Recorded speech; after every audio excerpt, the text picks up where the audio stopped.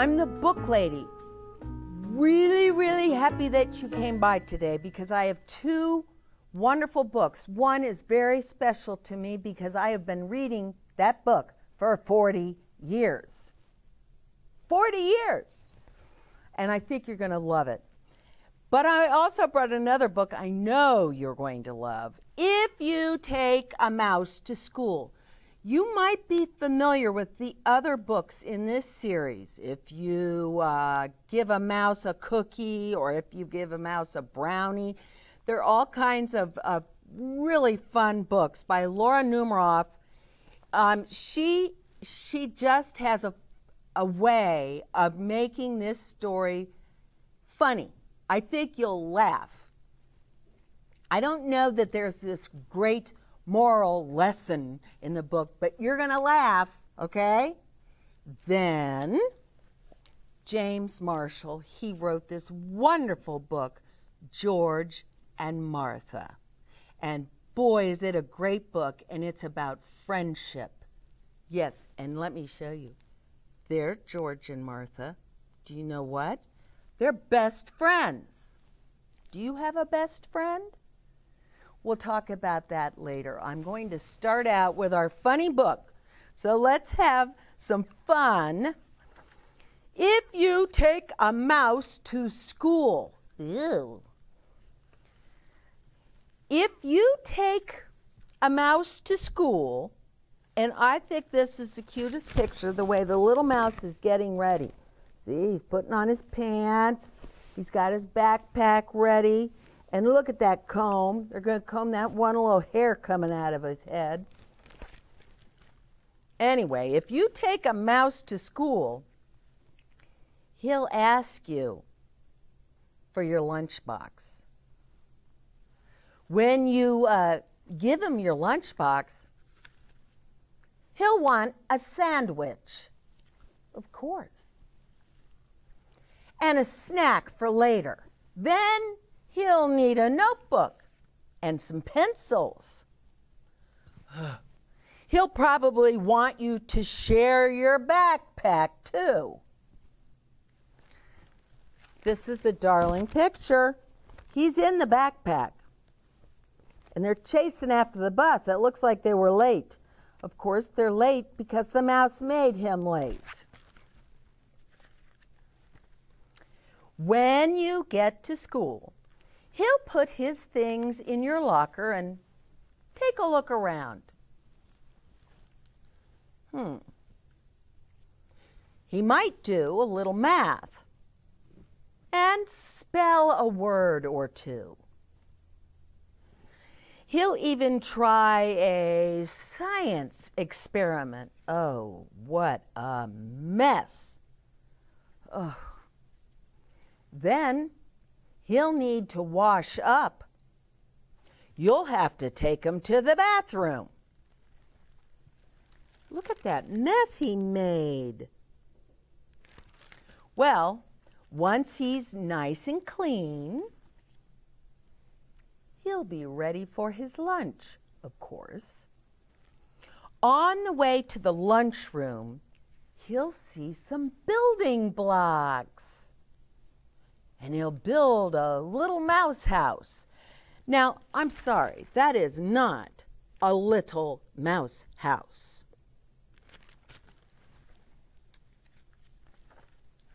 And make some furniture out of clay. That's a good idea. Then he'll need some books for his bookshelf. He'll start by writing one of his own.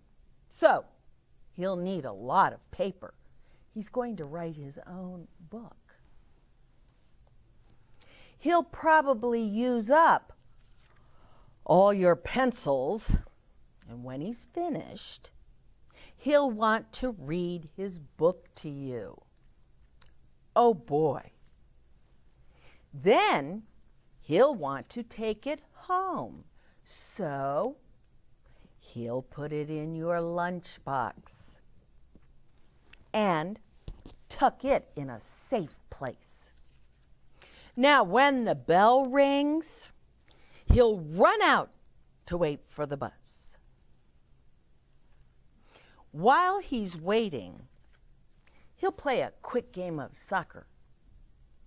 Then he'll ask you to shoot a few baskets.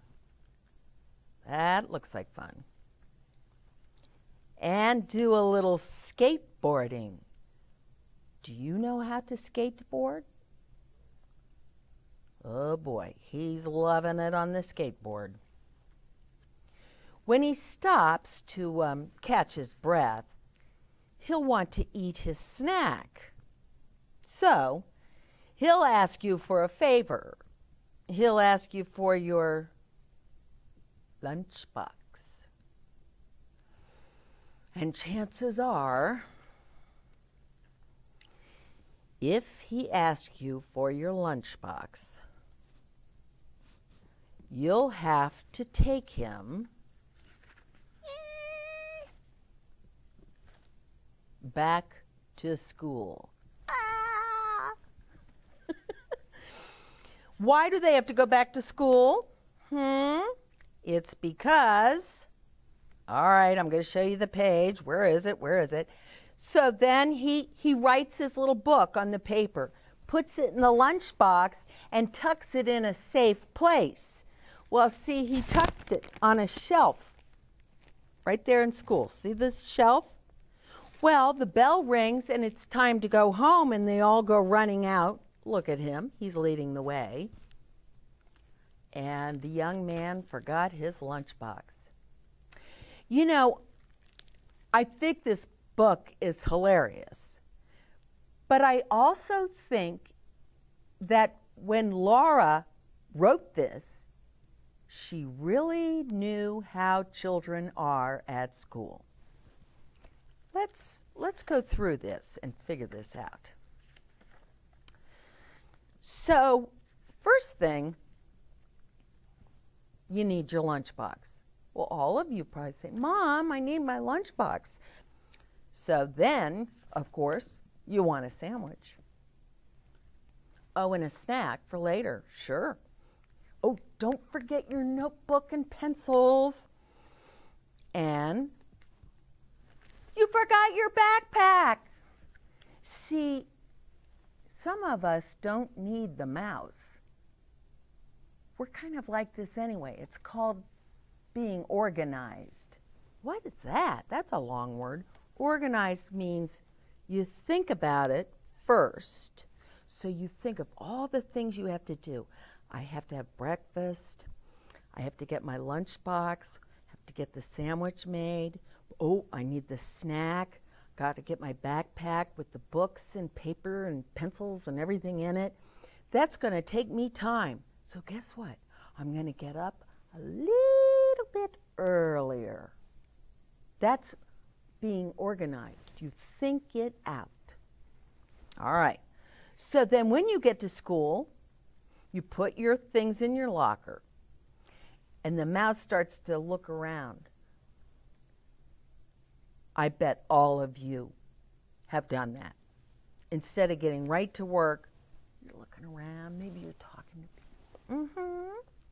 You do a little math, you write a few words, you try a science experiment, and that's a mess.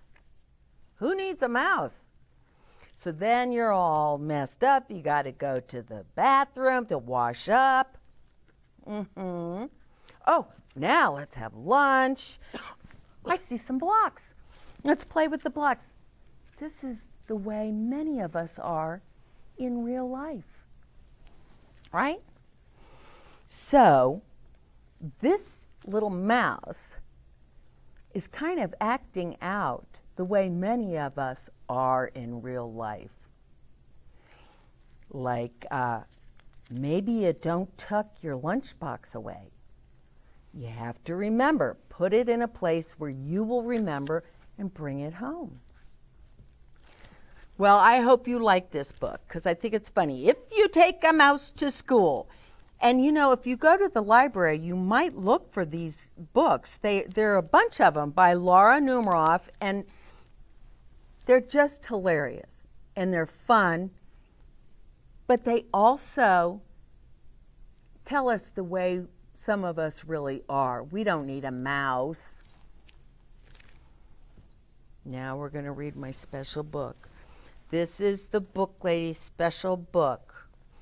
George and Martha.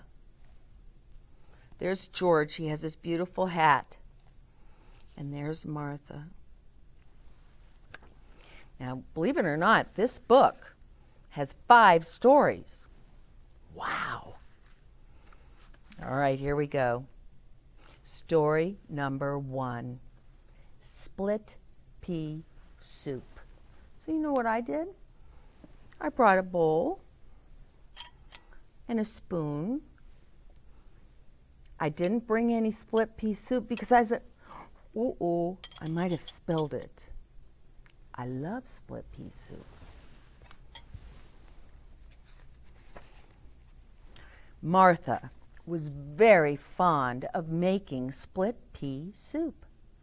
Sometimes she made it all day long, pots and pots of split pea soup. If there was one thing George was not fond of, it was split pea soup. As a matter of fact, George hated split pea soup more than anything else in the world. But it was so hard to tell Martha because they're best friends. One day, after George had eaten 10 bowls of Martha's soup, he said to himself, I just can't stand another bowl, not even another spoonful. So while Martha was in the kitchen, George carefully poured the rest of his soup into his loafers under the table. A loafer is a kind of shoe. Oh, now she will think I have eaten it. But Martha was watching from the kitchen. She saw him. How do you expect to walk home with your loafers full of split pea soup? She asked George. Oh dear, you saw me. And why didn't you tell me that you hate split pea soup? Well, I didn't want to hurt your feelings. Well, that's silly. Friends should always tell each other the truth. As a matter of fact, I don't like split pea.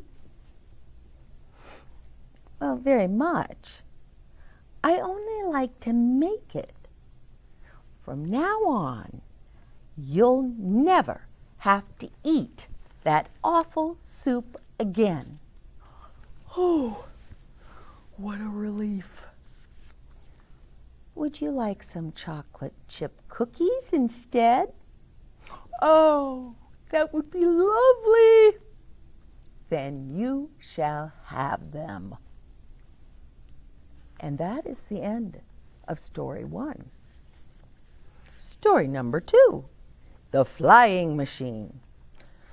I'm going to be the first of my species to fly. Well then, why aren't you flying? It seems to me that you're still on the ground. You're right. I don't seem to be going anywhere at all. Maybe the basket is too heavy. Yes, I think you are right. Maybe if I climb out, the basket will be lighter. Oh dear, now what have I done? There goes my flying machine. Oh, that's all right. I would rather have you down here with me. And that's the end of story 2.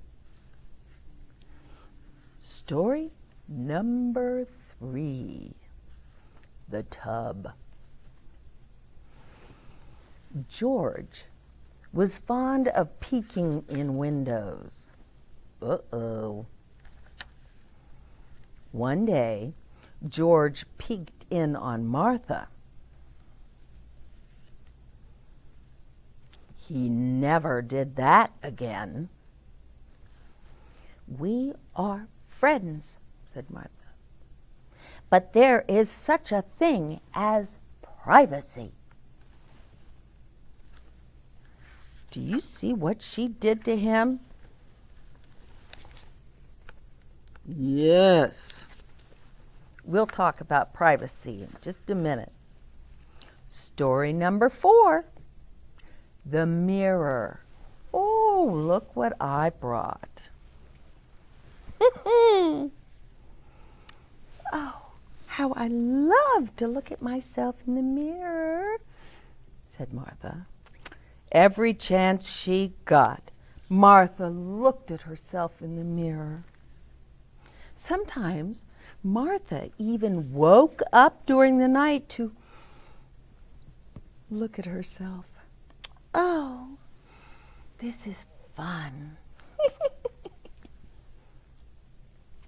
But George was tired of watching Martha look at herself in the mirror. One day, George pasted a silly picture he had drawn of Martha onto the mirror. Oh, what a scare it gave Martha. Oh dear! What has happened to me? That's what happens when you look at yourself too much in the mirror, said George. Well, then I won't ever do that again. And she didn't. The last story, the tooth. One day, when George was skating to Martha's house, he tripped and fell. Oh, and he broke off his right front tooth, his favorite tooth. Oh, youch. When he got to Martha's, George cried his eyes out. Oh, oh dear me. I look so funny without my favorite tooth. Oh, there, said Martha. The next day, George went to the dentist. The dentist replaced George's missing tooth with a lovely gold one. Wow! When Martha saw George's lovely new golden tooth, she was very happy.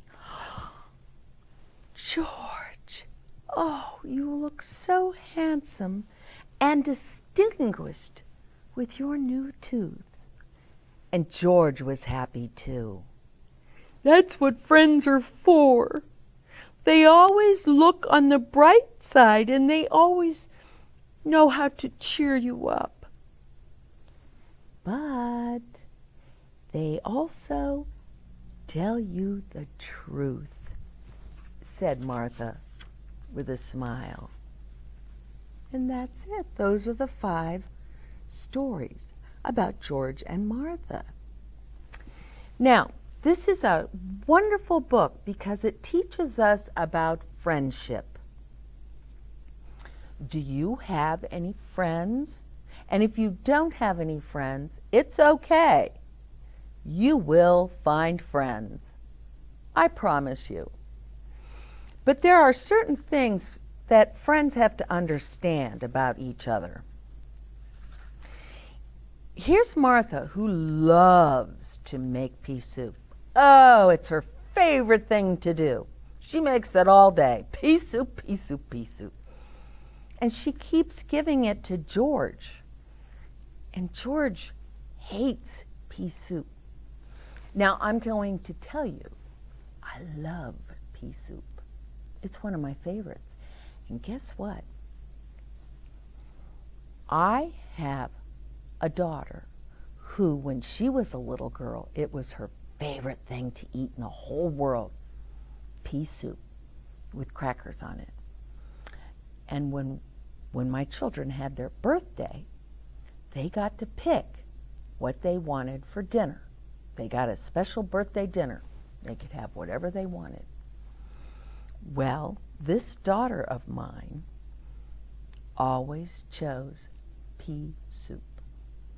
Her birthday's in the summer, and usually we eat soup in the winter, but we had pea soup on her birthday. And now she's old because she's all grown up. But if I see her on her birthday, she says, "Mom, will you make me some pea soup?" So I'm just telling you, in my family, we love pea soup. But Martha loved to make pea soup, and she loved to feed it to George. But George didn't like pea soup. But he didn't want to hurt her feelings. So he'd eat it, but finally he couldn't stand it anymore. So he took the pea soup, imagine this, took the pea soup and he poured it in his shoes. Now, if you had to walk home with your shoes full of pea soup, oh, splish, splat, ooh. But Martha was in the kitchen, but she saw this. And she said, friends should always tell each other the truth.